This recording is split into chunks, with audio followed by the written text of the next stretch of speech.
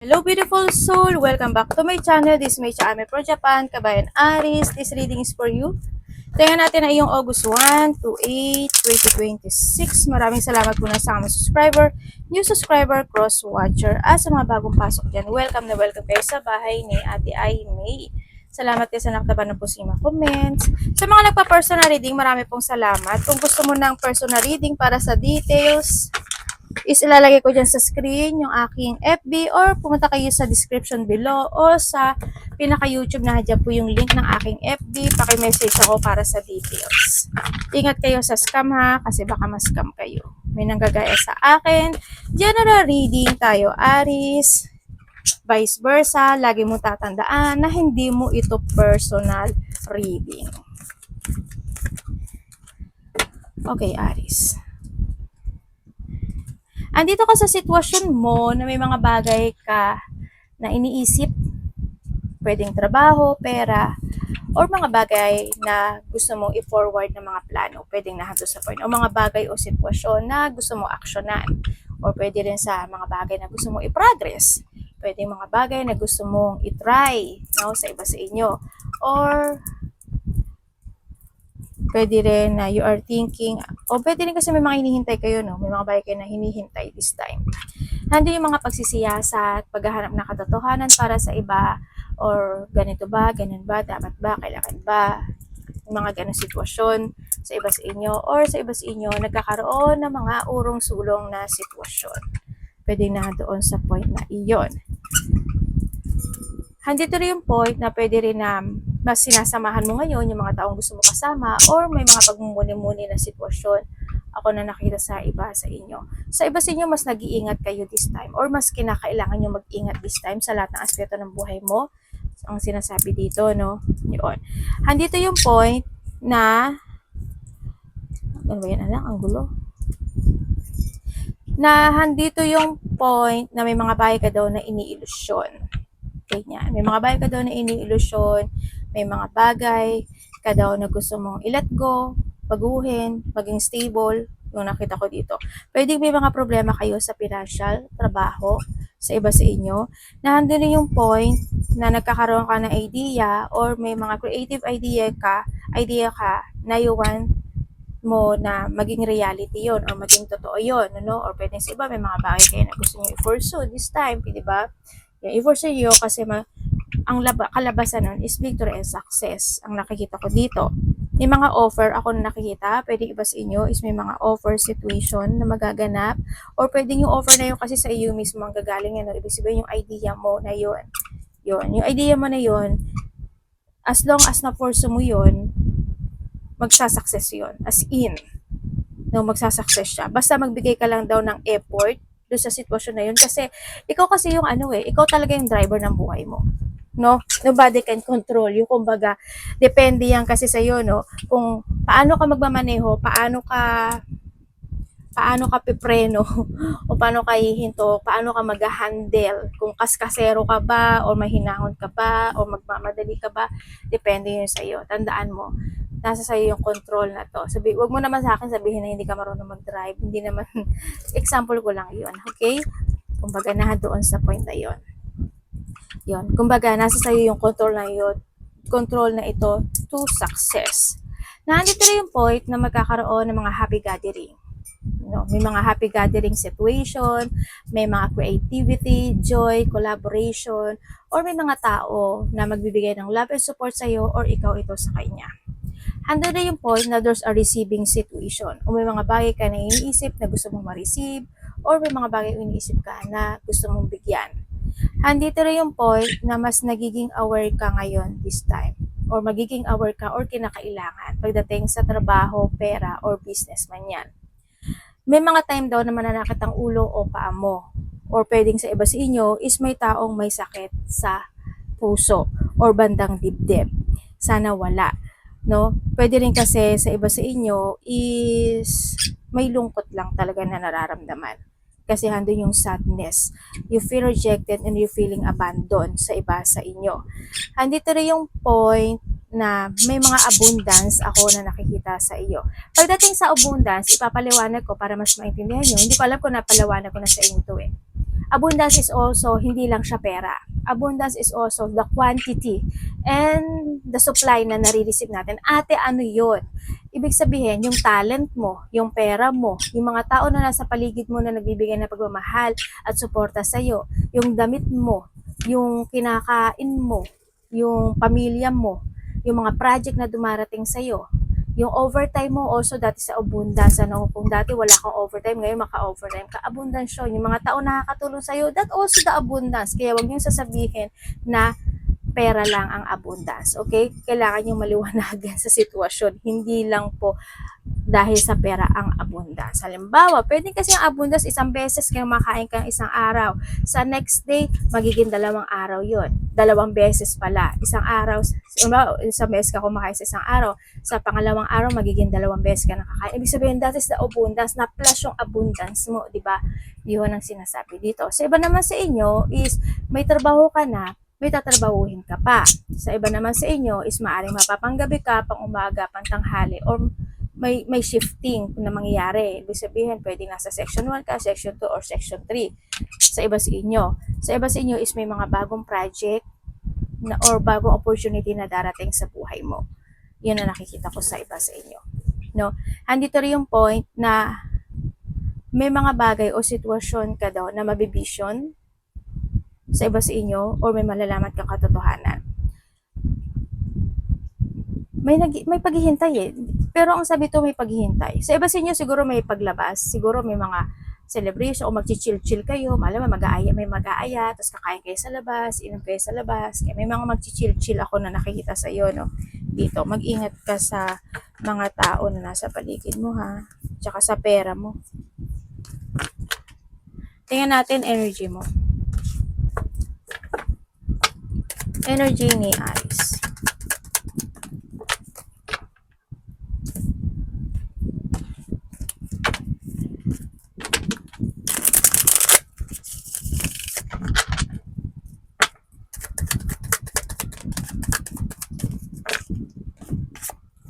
Okay, pagdating sa energy mo, stable naman yung nakikita ko sa iyo dito, no? Nandun yung point na nagkakaroon naman sa iyo na, alam yung parang nagiging strong yung personality mo, or bumabalik yung lakas ng loob mo this time. Nandun ka sa point na yon. And then also, sa iba sa inyo is may mga bagay ka doon na gusto mong actionan. Kumbaga, may mga idea ka, ganyan. May mga sitwasyon na gusto mong gawin, ganyan. Kumbaga, nandun yung point na may mga naiisip ka ng mga bagay-bagay na gusto mo nang gawin this time sa iba sa inyo. Pwede ba sa inyo mga bagong trabaho, bagong project, o kaya may mga idea ka na gusto mo i-force mo yun. Siguro na ang daming pumapasok kasi sa isipan mo, no? Hindi yung wishful thinking. May mga dine-daydream ka, may mga pinafantasizing ka sa iba sa inyo, o may mga bagay ka na gusto mo desisyonan this time sa iba sa inyo. Yun na nakikita ko sa iba sa inyo dito. Pwedeng sa iba sa inyo is mga bagong trabaho yan, o may mga bagong activity ka na gagawin. Halimbawa, mag-ano ka na, kung dati nag-exercise ka, mag-exercise ka na, kung dati nag-diet ka, nag-diet ka na.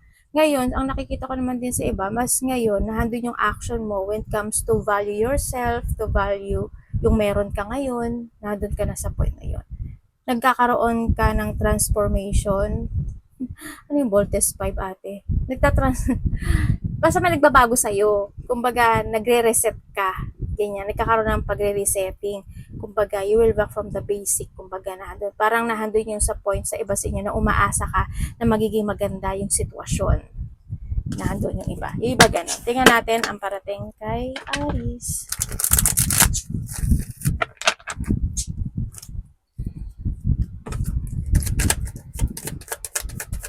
Nagkakaroon ka ng pagkukontrol this time. Ganyan. Parating sa'yo.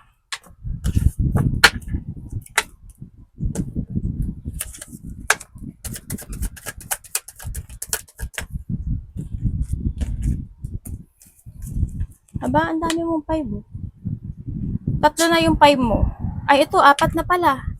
1, 2, 3. Tapos kanina 4.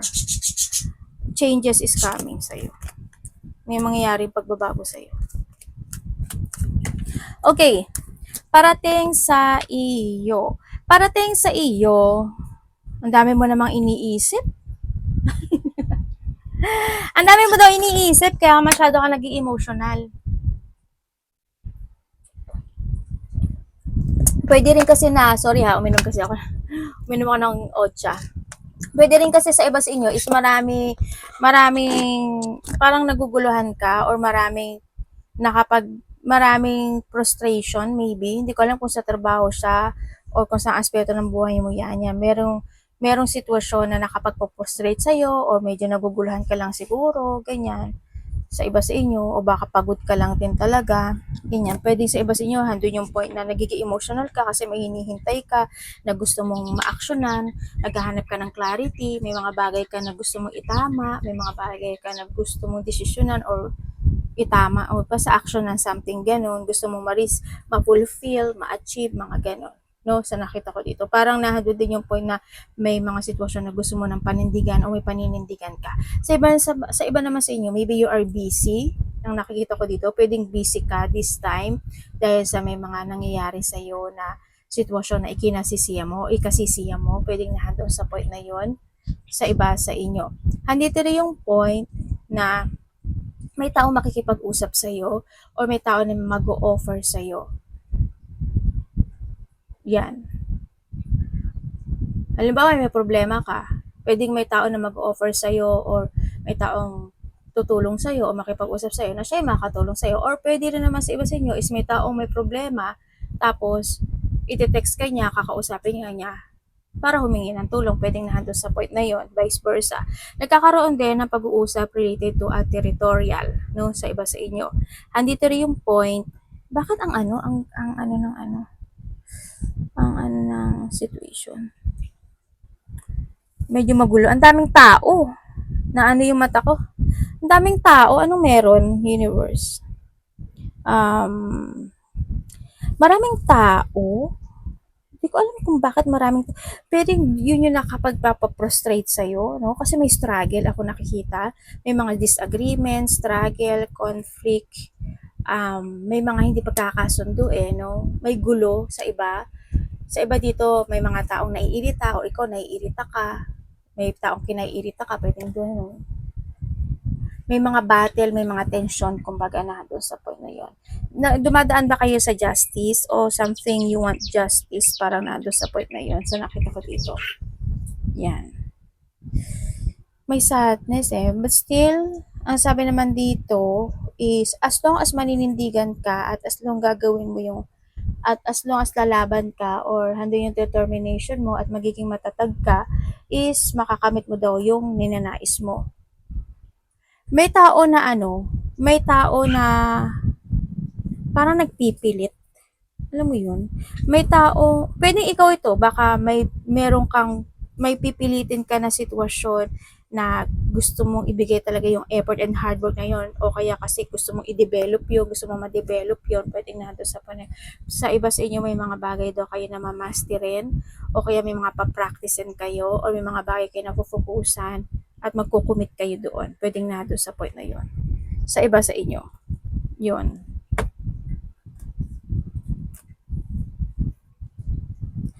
Yung iba naman, parang meron kang sitwasyon na parang nagtitiis ka, nagtitimpi ka. Ganyan. May ganun. Ako nakikita. Na parang naging kalmado ka pero may something situation na tumatahimik ka na lang. Alam mo yun? Yung siguro dinidibdib mo na lang, dinadamdam mo na lang. Mga ganun sitwasyon.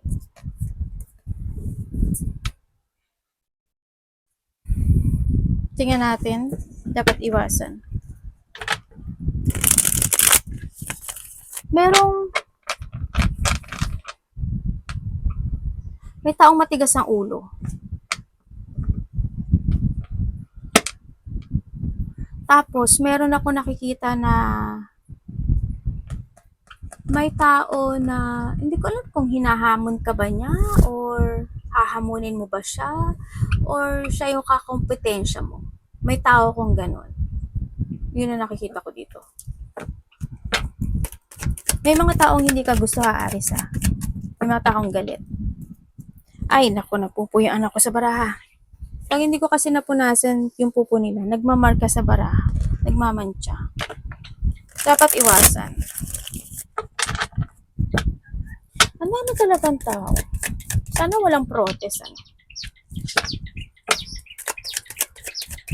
Hindi ko na kung nasaan ka, pero ang daming tao.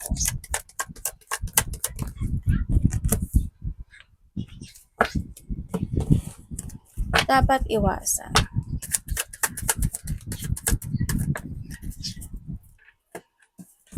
Okay, dapat mong iwasan isang lalaki at isang babae. Iwasan mo daw. Hindi ko alam kung sino sa buhay mo yan. Okay? Okay, iwasan mo. Iwasan mo, mapanghinaan ka ng loob. Iwasan mo yung mga tao na matataas ang pride, ganyan. Yung mga tao na kokontrolin ka, o kaya is magsisinungaling. Kung ikaw ito, syempre iwasan mo. Iwasan mo yung mga taong sinungaling. Iwasan mo siguro yung hindi ka mag-ingat sa mga salita mo. Ganyan. Yun, iwasan mo yun. Kailangan din na kung may mga kailangan na talaga i-let go mo. Syempre, tell the truth din ang sinasabi dito, no?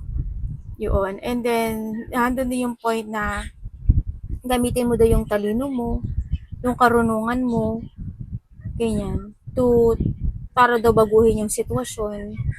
Sa iba sa inyo, siguro nandun yung point na iwasan mo yung makontrol ka ng sitwasyon o diktahan ka ng tao o diktahan mo sila o kontrolin mo sila.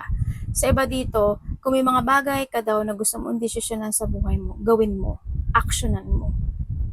Yun ang sinasabi dito. Kung kailangan mong kumbaga parang wag ka lang manifest ng manifest na doon sa point na yun. You need to follow your heart in a good way, in a nice way.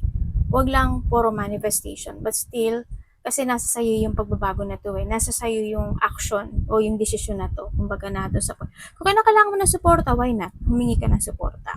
Yun naman ang sinasabi dito. Yun. Kung kailangan mong pag-aralan mo ng maigi, bago mo actionan, gawin mo. Isipin mo yung mga dapat na gawin to growth o mag-success yung isang bagay, isang sitwasyon. Yun ang sinasabi dito. Siyempre, use your head when making a decision making. Iwasan mo yung mga tao na mahilig makipag-away, gulo, away, o mga violent situation, ganyan. Yung mga wala sa katwiran, iwasan mo. Kung ikaw ito, siyempre, wag mong gagawin.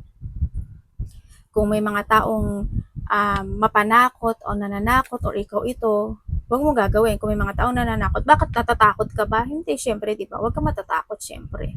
Kung alam mo na sa tama ka, wag kang matakot sa sitwasyon. O kaya may mga bagay ka na gusto mo i-pursue, wag kang matakot, try it, di ba?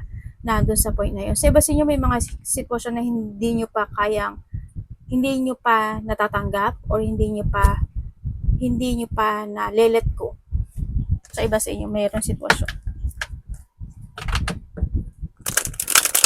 Tsaka yung mga taong masakit magsalita ha, yung mga bastos, iwasan mo yung kung ikaw ito, syempre huwag mong gagawin. Kasi magbabakyan sa'yo. Love, kapatid, anak, magulang, karelasyon, kaibigan, pamilya, Aris in love.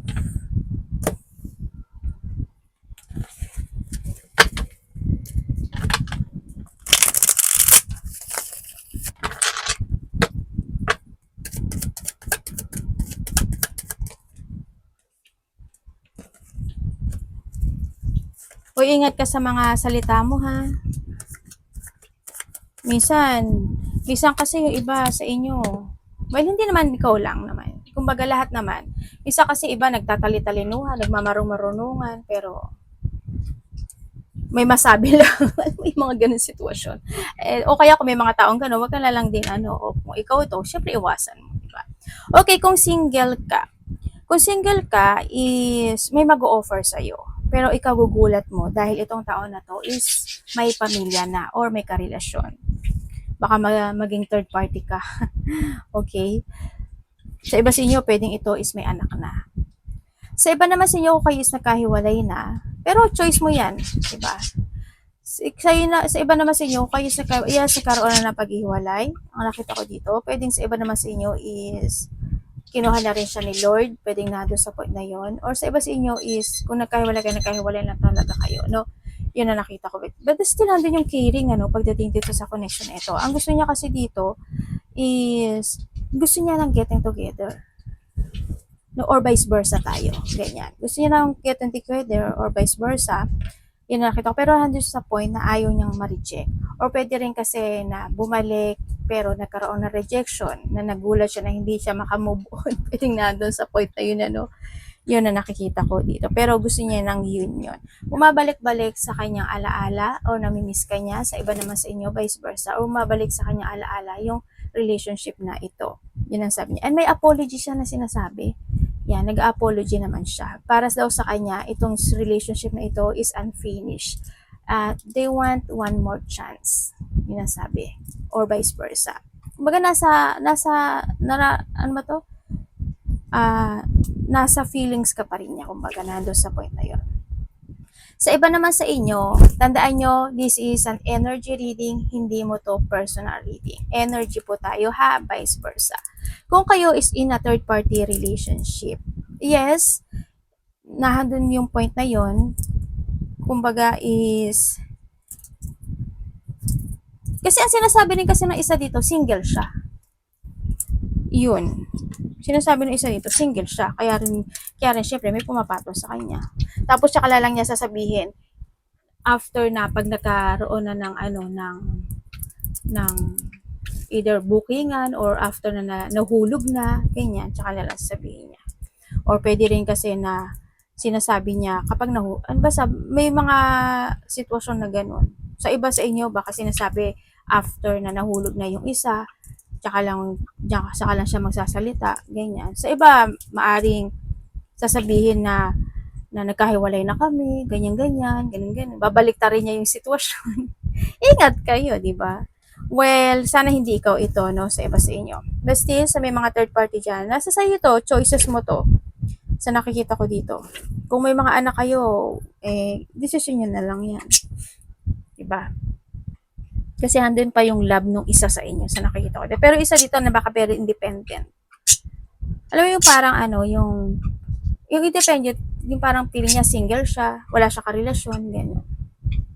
Kung kayo is walang third party bago lang ba kayo? Okay, kung bago kayo or hindi man kayo bago, pwede sabihin natin gano'n. Is, kung wala kayong third party, yes, andun yung stability na na-achieve nyo naman, yung both na meron kayo.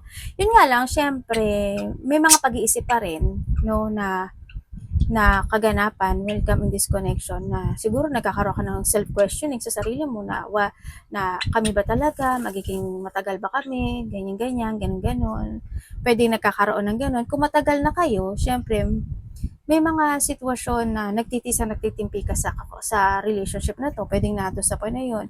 Pero o kaya may mga ikakagulat, ikakasya ka sa relasyon nito. Pero still, nandito kasi si Ten of Cups, pwede rin kasi na kahit paano is nagiging okay pa rin ang lahat at the end. Unahan din yung love, sa nakikita ko dito, may mga anak naman din yung iba. Kung wala kayong anak, pwedeng nahandun sa point na nagkakaroon ng comparison yung isa sa inyo related to a relationship sa'yo at a relationship from the past situation. Nagkakaroon ng ganon. Hindi ko alam kung ikaw ito or siya ha. Vice versa. Yun. Basta nandun yung passion, handun yung passion, yung attraction, yun na nakikita ko dito. Handun yung care, handun yung awareness when it comes sa feelings, handun yung sincere naman, ang nakikita ko yung isa sa inyo or both of you. May mga time lang siguro na magiging hot and cold or magiging sometimes okay, sometimes hindi. Depende kasi ito, halimbawa LDR kayo, di ba? Minsan okay, minsan hindi. O kaya kung magkasama kayo, di ba? O nakikita-kita kayo, may mga time daw na gano'n, may mga mafe-feel mo yung dissatisfaction o may makakaramdam ka daw ng lungkot. Ganyan. Yun ang sabi dito sa mga relationship. But still, mahaba yung pasensya ng isa. Sa nakita ko dito. May matatanggap ka ata sa karelasyon mo o ikaw yung magbibigay nito. Yun ang sabi. Tingnan natin ang iyong money, trabaho, ayos. Handun yung respeto, no, pagdating dito. dito sa ano. Iba sa inyo LDR kayo eh. Sa iba naman sa inyo siguro medyo may distance, no? Money and trabaho, Aris.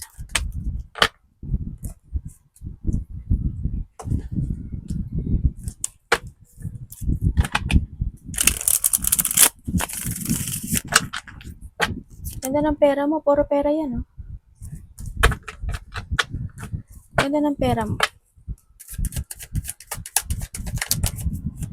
May makikipag-usap sa'yo related sa trabaho o pera. Sabi dito. Pwedeng mga investment, pwedeng trabaho, pwedeng ideas. Okay. Ito, pera ulito. Okay, kung wala kayong trabaho, sa mga walang trabaho dyan, anong hinihintay nyo? Mag-action kayo. Diba? Naghihintay ka ba ng tamang panahon, tamang pagkakataon, o tamang ganda ng sahod? Ganyan. O may mga hinihintay kayo.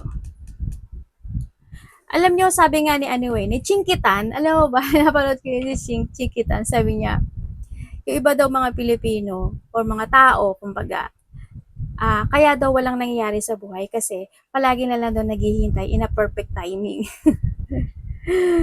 Sabing gano'n. Sabi niya, maghihintay ka ng perfect timing sa haba-haba ng panahon. Tapos, ano ba, isang taon, 2 taon, naghihintay ka ng perfect timing. Yung mga na walang panahon o araw na yun, nasayang, sabi niya gano'n.